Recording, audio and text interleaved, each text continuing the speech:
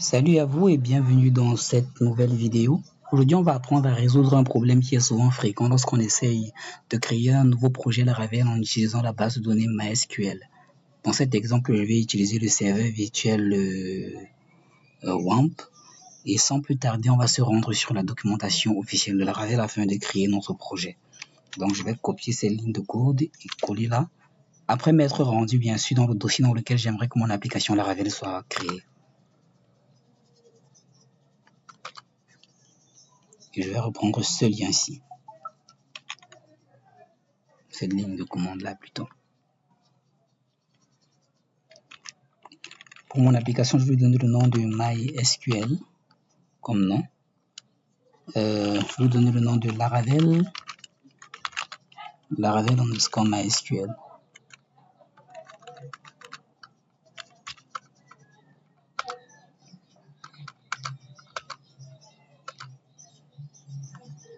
Et là, il faut un peu attendre.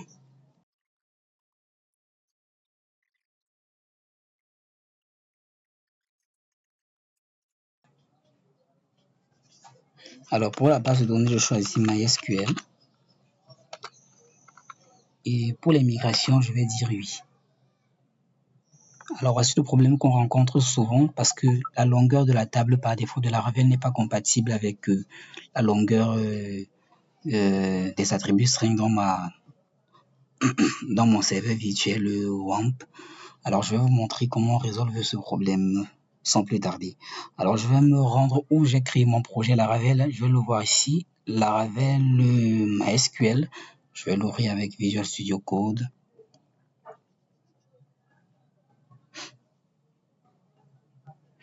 Et je vais ouvrir le terminal.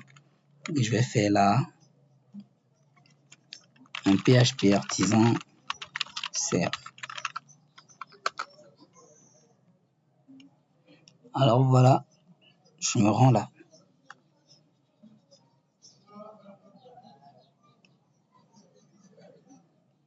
Lorsque je me rends là, voilà, j'ai cette erreur là parce que la migration n'a pas été réalisée.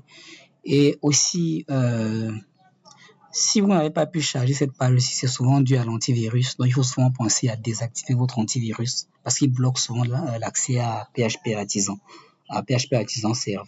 Comme vous pouvez le constater ici chez moi, j'ai désactivé mon antivirus temporairement le temps de réaliser cette vidéo. Alors, je vais me rendre dans mon code ici. Je vais créer une nouvelle instance du terminal. Vous allez pouvoir remarquer que si je fais un PHP Artisan Migrate, j'aurai une fois de plus cette même erreur là que j'ai eu au niveau du terminal. Alors je vais venir là dans app provider, dans app service provider, à l'intérieur de la méthode boot, je vais ajouter cette ligne de code là pour que mon application Laravel soit compatible avec mon serveur. Donc schéma.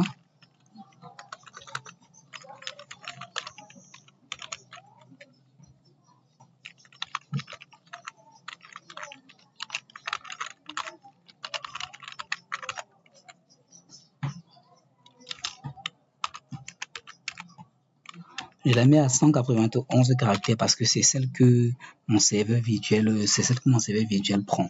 Et c'est celle que Laravel ne prenait pas. Je lui indique que les chaînes de caractères pour les emails doivent avoir cette taille-là. Je n'oublie pas d'importer la classe qui correspond. C'est celle-ci. Voilà. Maintenant que la classe est importée, je vais revenir ici. Je vais faire d'abord un PHP artisan migrate 2.recette afin de vider un peu la base de données. Maintenant, je vais refaire un PHP artisan migrate simplement. Et voilà, on a maintenant une autre erreur qui dit la table existe déjà.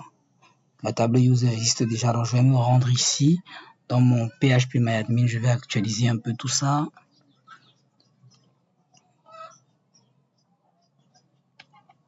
Alors, je vais venir ici, là. Voici. Je cherche le nom de ma base de données. Authentification. Mon nom Laravel. Je vois là Laravel MySQL. Je vois ici, il y a 2 tables qui ont été créées. Je vais donc supprimer les 2 tables-là pour qu'elles n'entrent pas en conflit avec ma migration. Alors, lorsque je les ai supprimées, je vais revenir ici, retenter un PHP Artisan migrer. Et voilà, tout se passe bien. Ce problème lié à la longueur des chaînes de caractères pour les adresses mail a été résolu.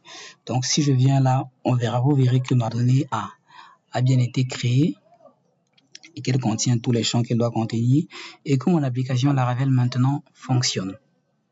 Et voilà. Donc, aujourd'hui, nous avons appris à résoudre ce problème de l'installation d'un projet Laravel en utilisant MySQL. Et c'était tout pour aujourd'hui. Je vais donc vous dire à très bientôt pour de nouvelles aventures numériques.